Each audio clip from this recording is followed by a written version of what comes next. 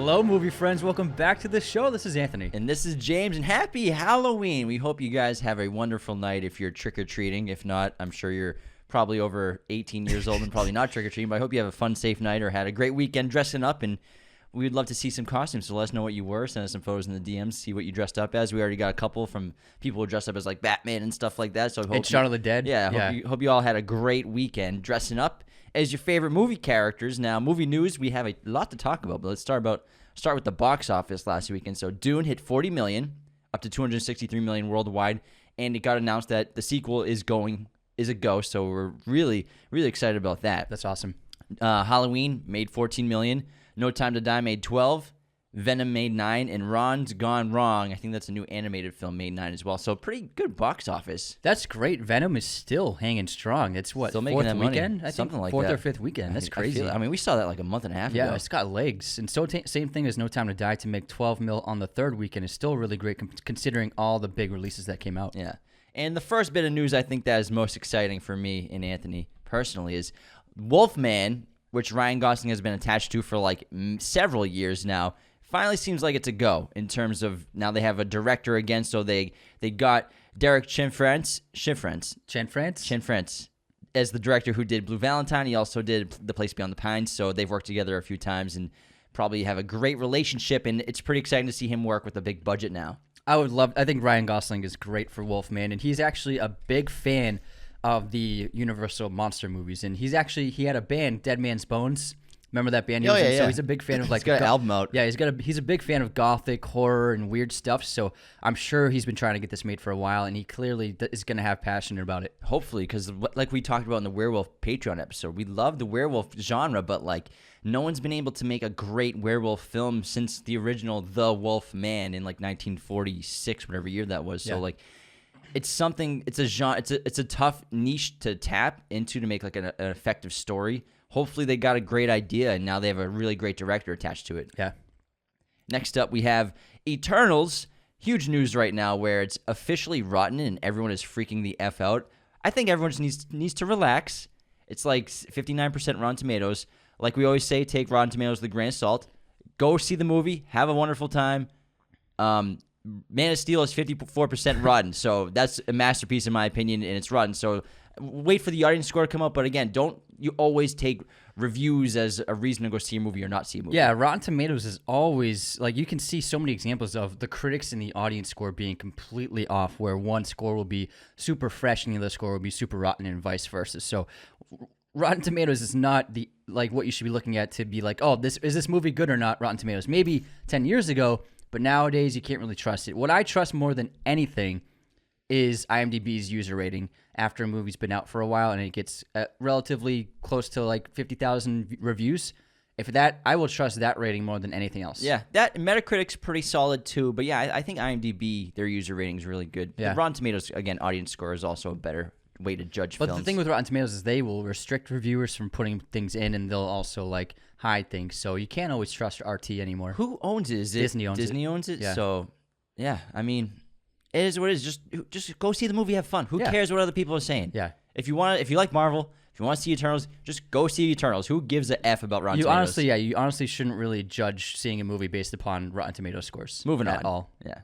And also, big news in terms of the world is that Facebook has rebranded its company into Meta, and this is them committing to the metaverse and the creation of the metaverse, and they're tackling it right now and going full speed ahead on it. And this is crazy. This is going to change everything from cinema to music to just basic lifestyles of everyone around the world. So this is massive. It's going to be pretty novel at first and pretty simple, but in 15, 20 years, this is going to be very intense stuff. Not even 5 years, dude. Maybe, yeah. So it's looking like a lot like Ready Player One is going to be a realistic future. Yeah, I know off the bat talking about Meta in Facebook isn't really maybe movie related, but it will be at some point. I can foresee definitely maybe POV or inside a movie in the metaverse or something like that, or inside a TV show. So I think this is going to have, like you said, it's going to tap into every facet of entertainment, of media, of anything, any media form. It's going to have, Meta's going to have an effect on it, and you'll be able to interact probably with films like yourselves, maybe.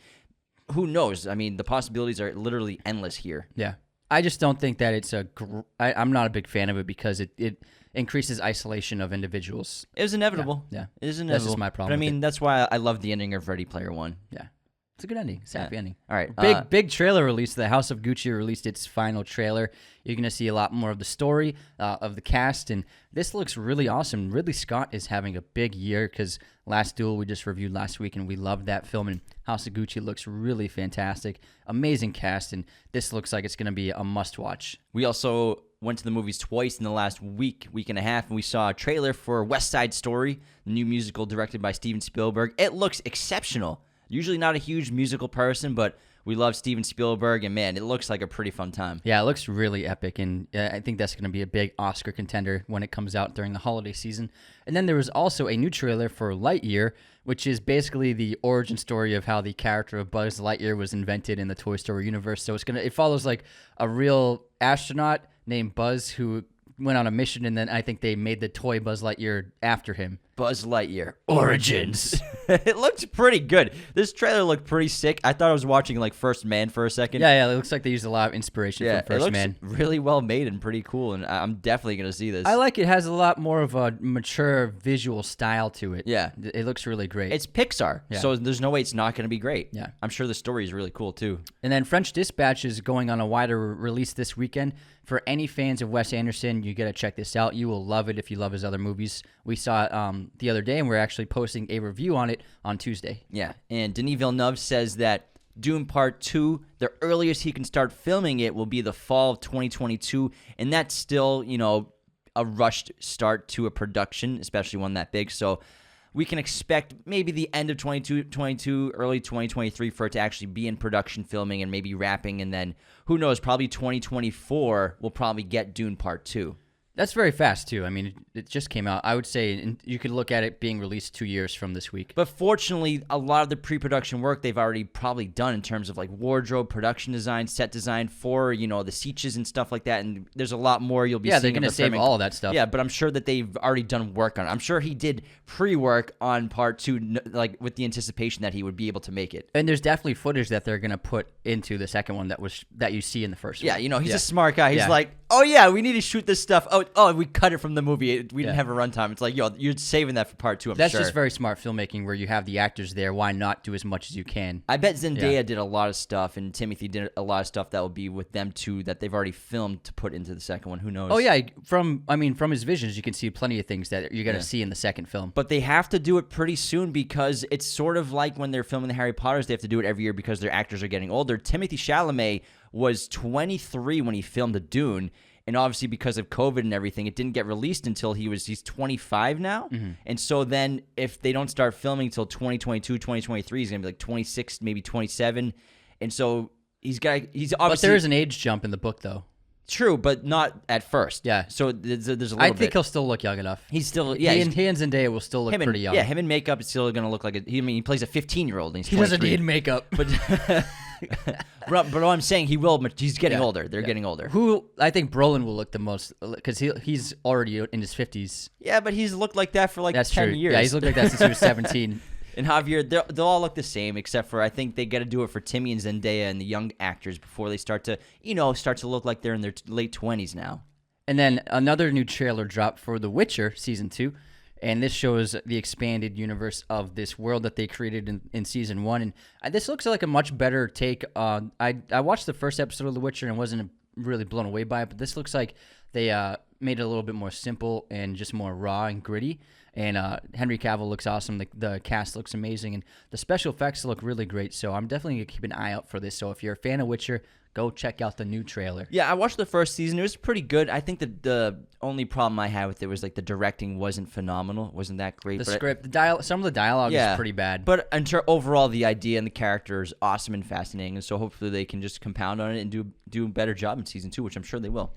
And then Ana de Armas is in talks to make to star in her own John Wick spin-off, and it's going to be called Ballerina. And this will obviously, what we can expect is going to tell a story of one of those ballerinas within that world who becomes probably an assassin of some kind. So this is something I would definitely love to see. Anna is awesome. She hasn't been like the lead of a movie yet, so I'm very excited for that. Well, she's coming up. She's gonna be Marilyn Monroe, so I think that'll be her first like big lead role. So she looks. There's some set photos that came out last week. She looks incredible. Yeah, she looks just like her.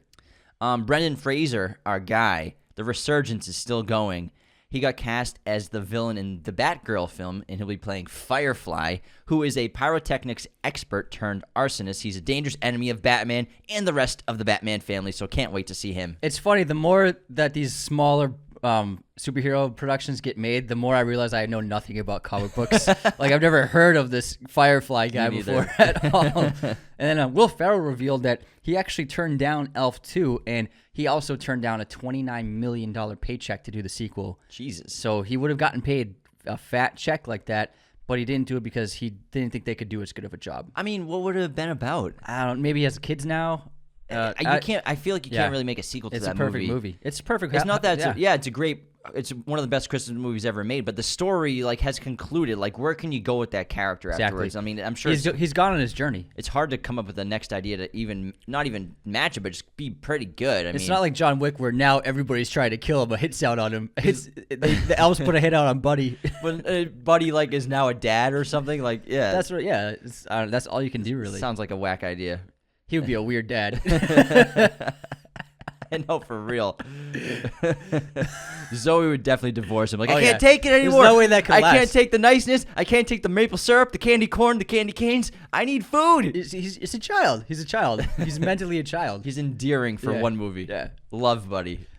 National Treasure is going to be turned into a TV series because, that's what Disney Plus is doing with everything. Everything has to be a show. Everything is a show now, and they cast Lizette Alexis as the lead in place of Nicolas Cage's character. So I'm not sure if we need a TV series with National Treasure. I love the movies on their own, but we'll see. Maybe the trailer will be cool, so only time will tell. Hey, man, it doesn't matter what you want anymore. They're doing everything. Everything's a show, man. Yeah. Everything is a show.